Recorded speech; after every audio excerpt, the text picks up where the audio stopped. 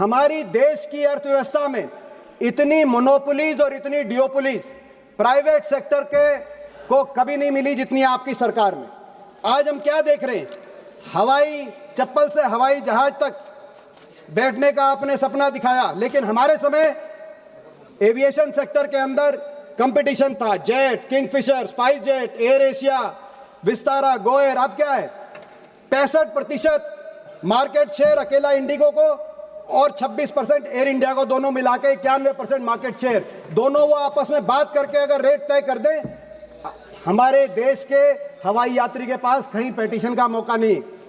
इसी को कहते हैं डुओपोली और मोनोपोली। और केवल एक सेक्टर तक सीमित नहीं है, टेलीकॉम सेक्टर में जहां हमारे समय डोकोमा, यूनिनोर, एयरसेल, वोडाफोन, आइडिया, जियो, एयरटेल, अब सब समाप्त, केवल 2 रह गई।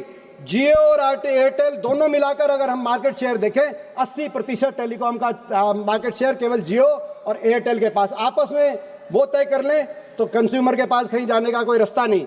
इसी तरीके से मैं एक आपको उदाहरण देना चाहता हूं वित्त मंत्री जी। बड़े बड़ी जो हम देखते कैपिटलिस्ट इकोनॉमीज हैं, अमेरिका का उदाहरण।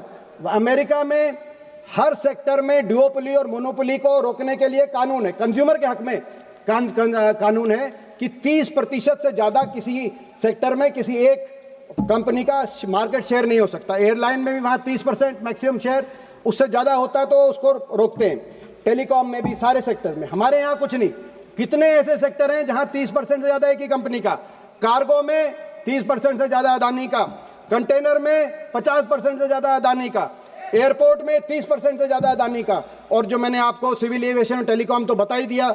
और साथ में मीडिया में तो दोनों, मैं समझता हूँ रिलायंस का और अदानी का कितना सारी मीडिया उनके पास है। तो ये मैं समझता हूँ मोनोपोलीज और डुओपोलीज, ये भी रिकॉर्ड बना है।